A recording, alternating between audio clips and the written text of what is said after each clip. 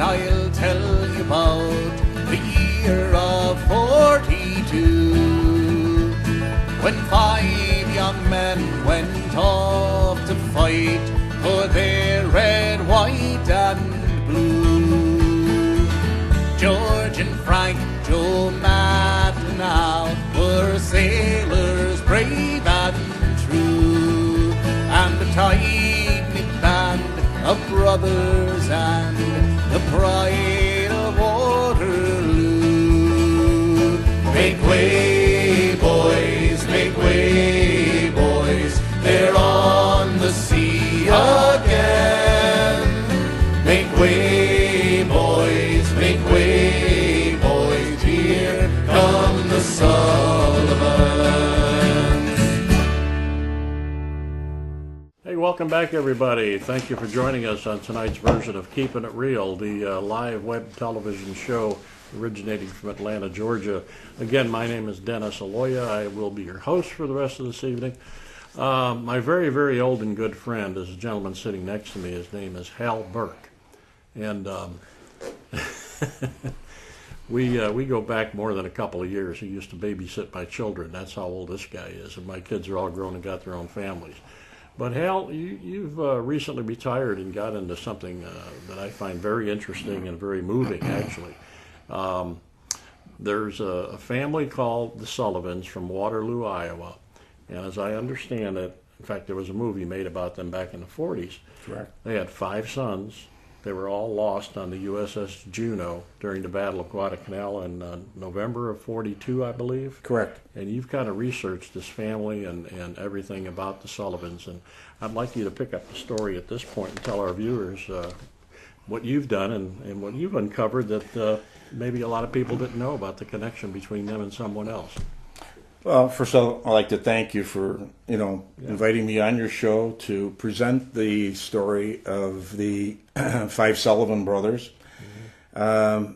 I have to give credit to you because not only have we been friends for 50 plus years, but you called me, if you remember, in 2011. Yep, I did. And you said to me, I have good news and I have bad news. And I said, okay, well, what's the good news? And you said, our old ship is having their reunion, the USS Pritchett. Right, we served together on that ship, on a destroyer out of Long Beach, California. Right. And I said, well, what's the bad news? And you said, well, your other ship, USS The Sullivans, DD 537, which you served on. Which I served on right. In 1964, they were having their reunion the same week. Oh, yeah. And that started this story. This adventure. Yes, and exactly. It's become a lot more than you ever anticipated. It has. My wife and I have been blessed with the story. So I thank you.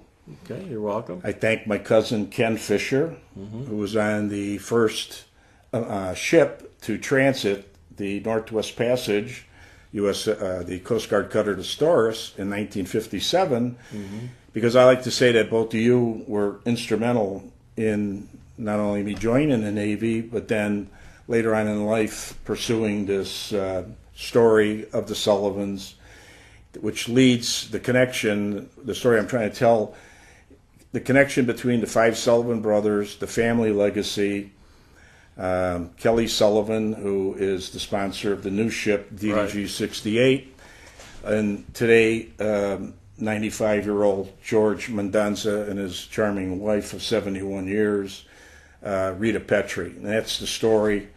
I believe it should be made into at least a play, movie, and it's very enjoyable. What I do is...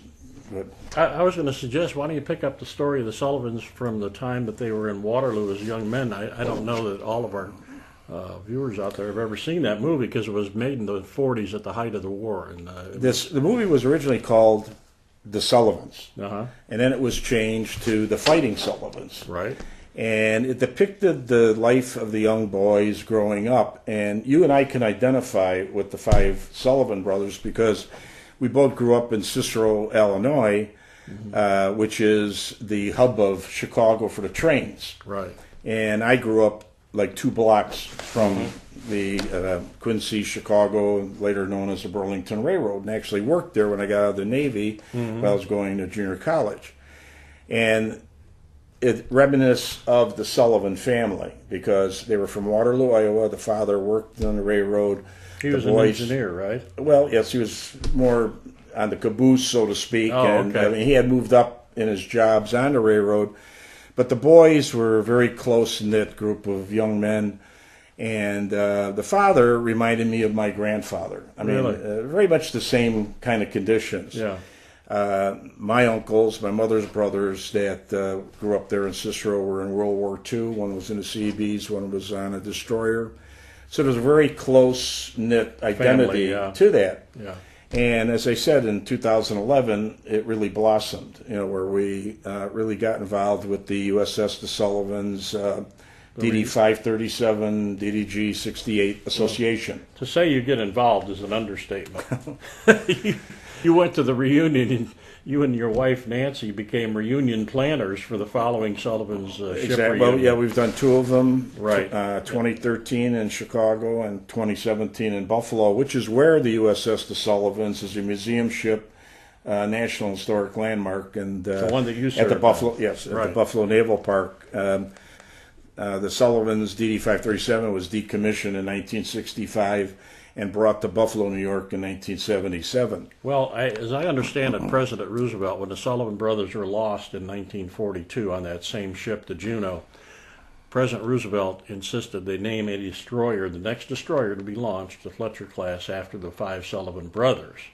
That's And, correct. That's correct. That's the only ship in the Navy named after, well, it's the Sullivans, right? The Sullivans. Rather than Sullivans. Most Correct. ships have one name. Right. It's the only This is ship the that has Sullivan. a multitude of names. Right. It covers, the family, the 5 Sullivan boys.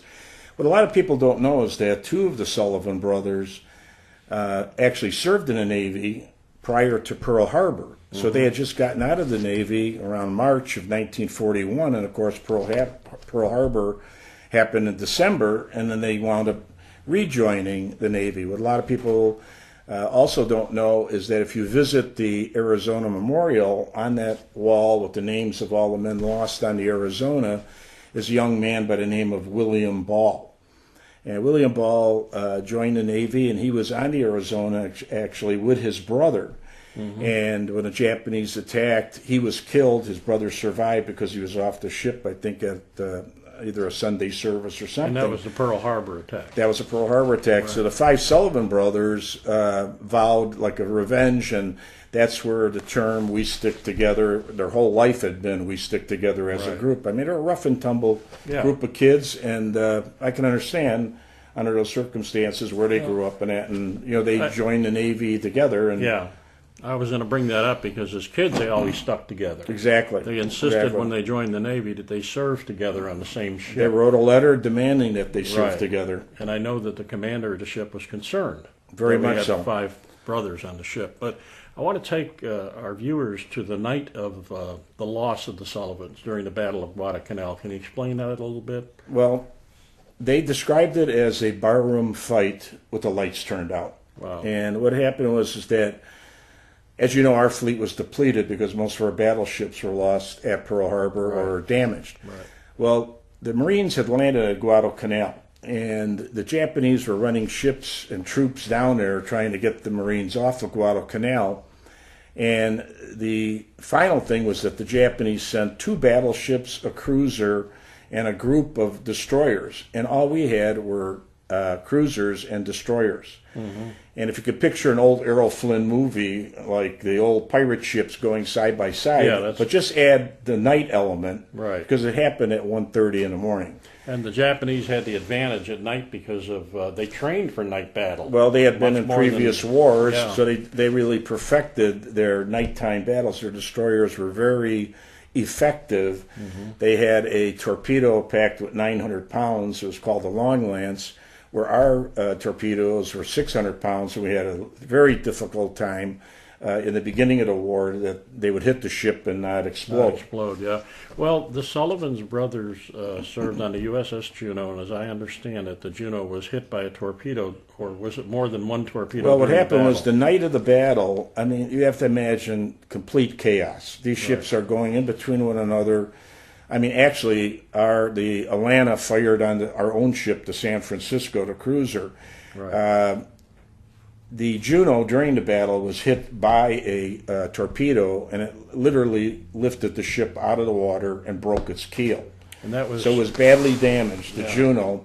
And when the battle was over, in actuality, I don't want to say we lost that battle, but we won it psychologically, because the Japanese battleships that were going to Guadalcanal to bomb the Marines at Henderson Field turned around and went back to Japan. Wow.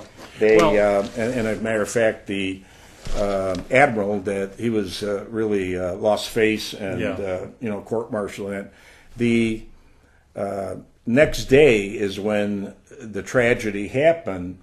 Several ships were lost that night, but the next day, as the badly damaged cruisers, the San Francisco, the Juneau, then the others were making their way back to port, a Japanese submarine, the I-26, saw these limping ships heading back, fired 2 torpedoes at the cruiser, the San Francisco. The San Francisco was on the port side of the left side of the Juneau, saw the torpedoes coming and was able to evade action and evade course. Well, the torpedoes passed the San Francisco, and the Juneau could not move in time. And unfortunately, one of the torpedoes hit the Juneau right where it had been hit the night before. Mm-hmm. And the witnesses that saw the explosion said it was like a volcano. The ship literally split in half. And they thought everybody was killed on the ship. Out of the 700 members of the crew, they didn't think anybody could have survived. Right. In reality, all of the sailors and officers that were on the top deck of the ship, or in gun turrets or that, they had a better chance of surviving. And in fact, 150 of them survived and wound up in the ocean. The other ships proceeded to the port for repairs. They were afraid to stop because of this Japanese submarine being in the area and incurring a lot more loss. Well, the 150 that were in the water, only 10 survived after 8 days. The 4 Sullivan brothers that were below deck died instantly. George Sullivan survived, and he was on the rafts for 5 days because of a kind of a screw up in the Navy. They didn't. The dispatch didn't get where it was supposed to be, and these men were adrift in shark-infested waters. And out of the 150, as I said, only 10 survived after 8 days, and George was lost the 5th day. We've got a picture, I believe, of the USS Juneau, as well as some other pictures.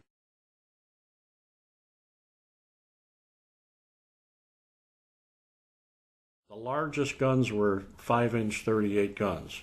Unlike other cruisers, which had 8-inch shell guns, shell shore batteries. So this was a light-skinned ship, as they say. It was a 3-inch thickness, and that was what Captain Lyman Newt Swenson feared. Right. He said he was afraid of it being hit by torpedoes. Yeah. And unfortunately, that was the fate that fell on the ship. It was a what they call light cruiser, built really for anti-aircraft, because of the... Unlike a sea battle, toe-to-toe, so to speak. Exactly. Well, this is going to be a good point in time, I think, to go over some pictures that you were kind enough to bring to our show tonight. Yeah, love to share them with the audience as far as of a quick history of what we're... I think we're going to get those up. Hal, can you narrate what these are? These are the 5 Sullivan brothers. As you can imagine, during World War II, having 5 brothers on the same ship, there was a lot of publicity. And those are the 5 Sullivan brothers on the ship. When it was first, they were what you call plank owners. They were on the ship when it was commissioned. Okay. The next picture shows the 5 Sullivan brothers when they were lost. Unfortunately, the battle took place in November, and the family did not find out about their loss until January. One thing I wanted to interject. Now, one of the brothers was married and had a small child. Hal Burke Sullivan. Which one was he In in the the middle. picture? In the middle. Right. Okay, his granddaughter, Kelly Sullivan, is still very active Yes, today. she is. She actually christened the USS The Sullivan's DDG 68 The newest one that's Yes. still in service. in Okay. 1997. Okay, great. Right. So that's the poster that was used during World War II on bond drives, and that as far as getting the support of the public, Right. the outcry of the 5 Sullivan brothers being missing in action off Right. the Solomons. And they did raise a lot of bond money. Yes, through- they did. Yeah. The Okay. family did an incredible job as far as, and this is Mrs. Alita Sullivan, reading the letter, about, her sons, Right. as far as being lost, missing in action. This is the ship that was christened, as Denny said, the FDR wanted a ship named for the Sullivans right away. The ship's name was actually going to be the Putman, but it was changed to the Sullivans. And 537, it was an incredible ship. It won 9 battle stars in World War II and 2 in Korea, and it never lost a man, never lost a sailor. Okay, I'd like to make one little point here. The helmsman aboard that ship, which was commissioned in 1943, about Yes. 6 months after the brothers were lost, Yes, is a gentleman named George Mendonsa, and you're going to explain Yes, to the the viewers connection. the connection at a later point in our show. exactly. Okay, next show. Which is Yeah. not been known by a lot of people. Right. I didn't know it until you discovered it. Okay. This is the ship crest for the USS The Sullivans, showing the shamrock because of the Sullivan name. And of course, they're "We Stick Together," which is really the slogan of the family and both ships, the new ship, the DDG 68, and the museum ship. Great. Next picture this is George Mendonsa. Now, who is George Mendonsa? A lot of people don't know, haven't seen his face. Good-looking guy, Portuguese fisherman. His family, they were fishermen in Newport, Rhode Island. Amazing individual, very inspiring. In the next picture, you'll see who George Mendonsa is. Aha. Yes. World famous iconic picture taken in Times Square. Right. George Mendonsa, incredible. And what makes that picture so unique is that not only the photographer, George the sailor, and Greta Zimmer, what he thought was a nurse, but she was actually a dental assistant, none of those people should have been alive for that picture to be taken. Why was that? Well, Alfred Eisenstadt was a German Jew in World War I, and when the Allies fired on his position, all the men in his unit were killed but him. He was Right. badly wounded in his legs. He was a very short guy. He was like 5'4" tall. And photography was a hobby of his from a very young age. And when he got out of the army, he wound up becoming a world famous photographer in Germany, having taken Mussolini's picture Right. and Goebbels' picture. As a matter of fact, there's a cover of the Life magazine showing Goebbels sitting in a chair looking up at him, and when he knew he was a Jew, sneered at him. Really? And he knew he had to get out of Germany, so he came to America and actually was hired by Henry Luce, who had started Life magazine. So that's the photographer. As far as George is concerned, as I mentioned, he's Portuguese, and his father was a captain of a fishing boat there in Newport. And in 1938, his father could read the weather. This is before Right. the technology we have today. And he said, there's a big storm coming. And he encouraged everybody to go inland. Well, they say that the storm was equal to 180 miles an hour. Over 600 people were killed. And my wife Nancy and I had the opportunity of driving that area with George and his wife Rita, and saw where he lived and could just imagine what happened there. So he could have been killed in that storm. Yeah. Another thing about George was that when he was on the Sullivans in 1944, he was in Typhoon Cobra. 3 ships were lost and over 700 men killed. And because the Sullivans was the first ship refueled, it survived that storm. So that's another thing. Finally, Greta Zimmer was an Austrian Jew. The Nazis came into her village in 1936, and her father kept thinking things were going to get better, and they only got worse. So he sent his daughters to New York City, and he sent one to what's known as British Palestine, which is today Israel. Right. And when the war was over, they learned that both their parents were killed in a concentration camp. So what you have there is this, I think, kind of a miracle. Yeah. Of these three, people coming together for this brief 4-frame picture. He took 4 pictures of them, and this is probably one of the most iconic pictures. Oh, absolutely.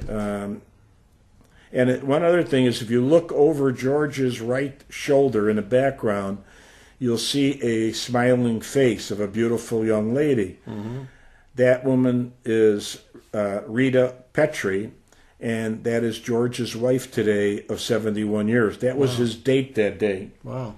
Now, would you like to know the story of why he kissed? Sure. Very quickly. Yeah. 3 months earlier, he was in the Battle of Okinawa on the Sullivans when the Bunker Hill was hit by 2 kamikazes. And that was an aircraft carrier. Aircraft carrier, and over 380 men were killed. And George was the helmsman on the Sullivan, and they saved 166 sailors from the Bunker Hill, including a man who lives right here in Atlanta, Georgia, by the name of Dick Lilly, which is a story in itself. Yeah, we'll have to have you back to tell that story. Which you had the honor of meeting. Yeah, great gentleman. Okay. How about the next picture? In Middletown, Rhode Island. How old is George now? George just turned 95 years old a week ago. Wow. God bless him. Yep. Okay. This is George in his den, and this is a painting in his den depicting the Bunker Hill in the background aflame with the Sullivans in the foreground coming to the aid. I see. Now, a lot of people might not be of an age group to remember a show called Victory at Sea. But we can remember that as kids. It was my favorite program. And it was basically a documentary about the Navy in World War II. And there was a famous... I'd like to show you since you brought it up. Oh, yeah. Well, you just happen to have one, huh? But we've got to wait till we get back on the shot. But I'll show you but since you brought it up. The music was... Okay, here.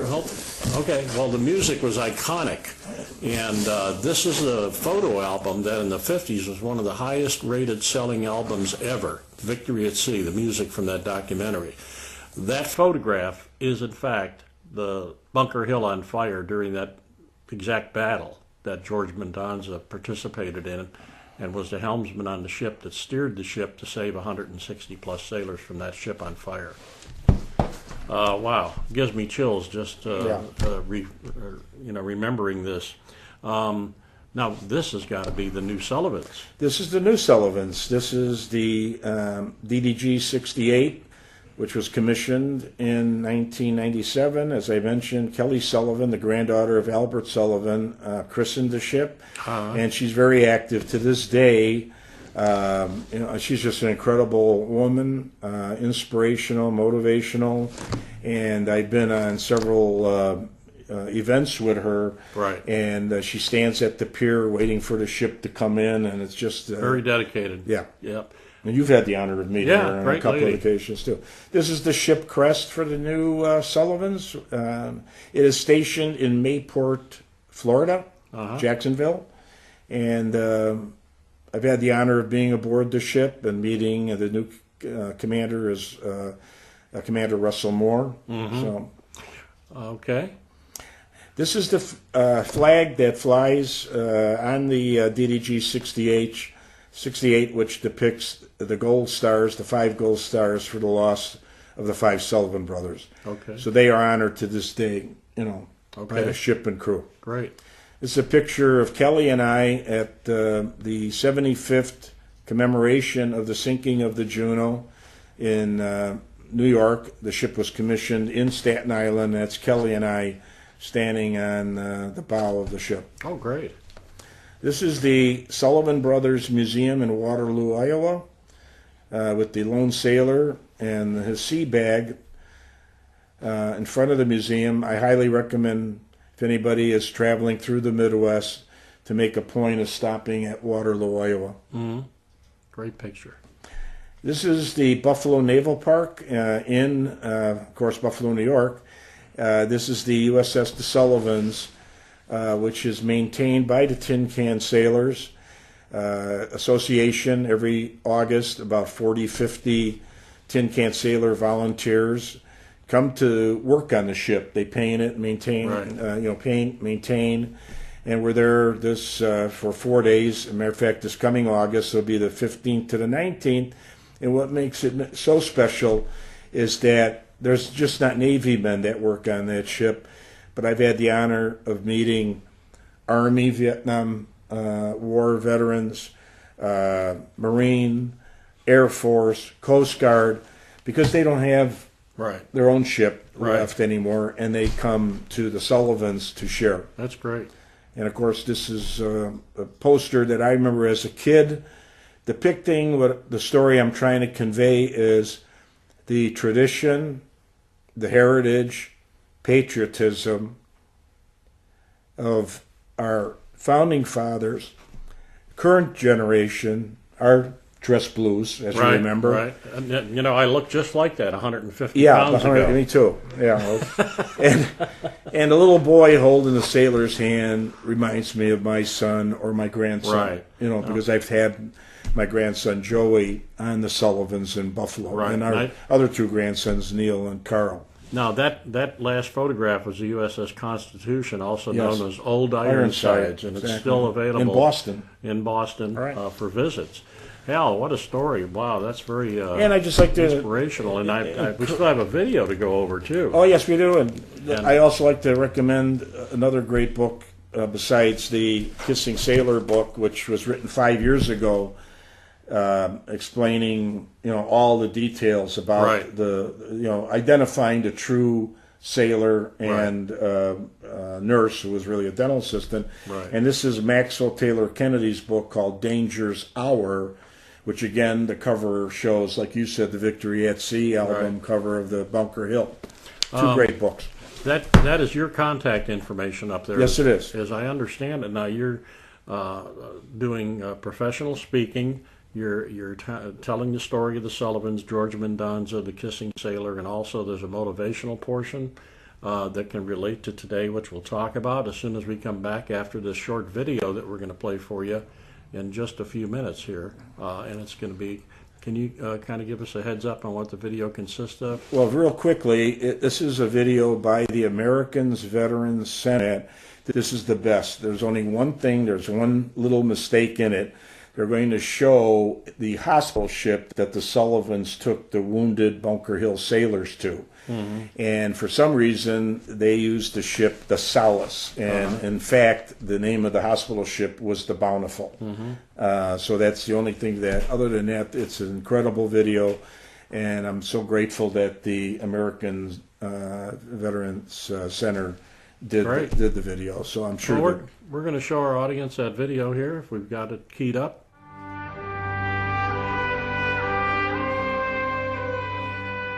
This was years and years before in Times Square when they're celebrating the end of the war and a few drinks.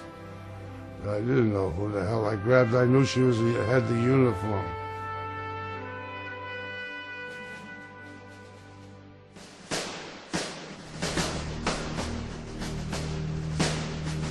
Well, we had been in the Pacific for 2 years. Now, back in 45 now, at that time of the war, we had just taken Okinawa. That was going to take about 6 months to get the American army out of Europe, get them all the way out there for the invasion of Japan.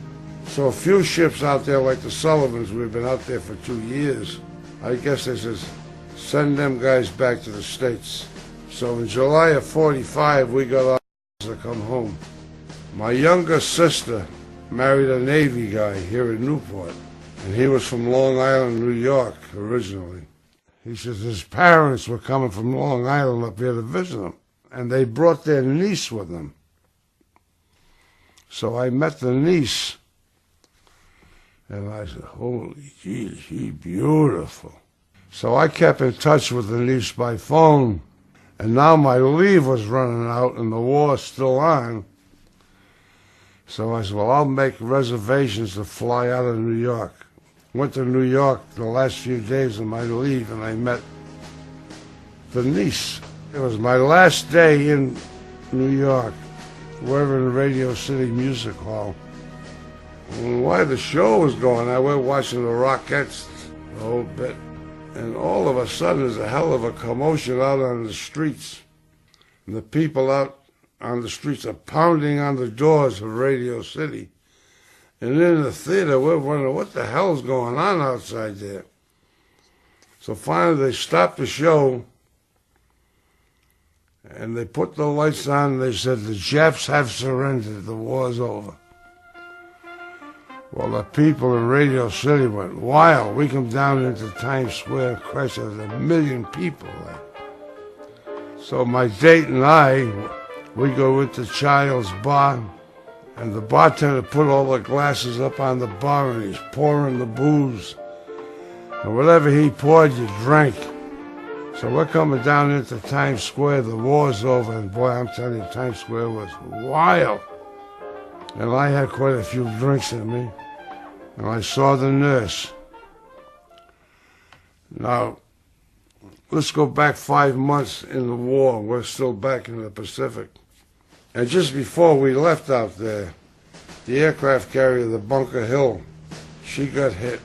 She took a couple of suicide dive bombers. Some of them planes on deck started exploding and burning up. It was a hell of a fire. And we was ordered to go alongside of her. And there was a lot of men on the Bunker Hill that were trapped in the fires. Well, they started jumping off the Bunker Hill, and we picked up hundreds of them. We met the hospital ship, the Solace was the name of the hospital ship. And we're transferring the wounded onto the hospital ship.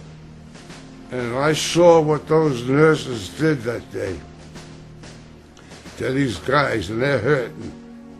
And it's still in the back of my head. So now back in Times Square when the war ends, and I saw the nurse, if that girl did not have a nurse's uniform on, I never would have done that. What I remembered out there, and that's what did it. Of course, after it was over, I went my way, and the nurse went her way, thought nothing of it. And one day, this guy, Francis Sylvia, he's deceased today. But Francis Sylvia called me up one day, and he says, where the hell were you the day the war ended? And I says, I was in Times Square the moment the war ended. He says, well, I know goddamn well you was. I said, how the hell do you know where I was? You're asking me where I was. He says, well, I got a Life magazine here, and there's a picture of a sailor grabbing a nurse. He says, I know it's you. I said, you're kidding me. He says, I know it's you. I said, well, bring the magazine over the house. And he brings the Life magazine, and I looked at it. And my first reaction, what I saw was the hand, the first thing. I said, God damn, that is me. I hadn't remembered nothing about the kiss and the excitement of Times Square a few years. And I looked at it and looked at it, and then I began to study it. And then I found my initials tattooed on my right arm. It's in the photo. And I knew it was me. I could see the face. I knew it was me. Wow, what a story you brought, Hal. Not only is it a story about patriotism, it's a story about a time when our country was together in a single purpose to save our country from fascism. And what did that create? It created a generation of heroes, people that were willing to give their lives for this country, this beautiful, great country that we live in. And there's a lot of things that I think can apply to today when you go around talking about this. Maybe you'd like to share your thoughts about that with the audience, what you hope to bring out about this experience of these men that we talked about tonight. Well, for 12 years, I've been, and you came to a couple with me, so you know, but I've been going to my old high school, and which is Riverside Brookfield High School, and also Downers Grove North High School, where my American Legion post is. And I guess I would say I was overwhelmed by the students honoring the veterans. You know, we had World War II, Korea, Vietnam, and of course the newer generation of veterans coming home now from the Middle East. And I believe that our media today does not talk about the goodness. Absolutely and correct. We have a lot of students out there, teachers. Kelly Sullivan's a teacher, and her kids, she keeps instilling in them the patriotism. And I believe this is what we need to do, to tell the generation today about the ultimate sacrifices of the previous generations so they can enjoy what they have today, Well, I think, to inspire them and motivate them. And when I go to the schools, what's really fascinating... I was going to ask you about the Wheaties box. Yeah, one day I was sitting there having my breakfast, and I said, you know what? I have nothing against making, sports heroes are, when I was a kid, Nellie Fox, Mickey Mantle, Right. Ernie Banks. But then I thought about it, and I said, you know who my heroes are? Like you said, the old Victory at Sea, the sacrifices. Yeah. So I went to the school, and I showed the students, I said, these are my heroes, okay?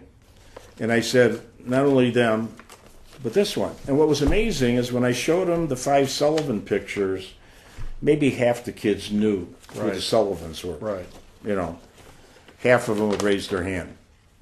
But when I put this here and I said, well, what about this guy? They would go, who's that?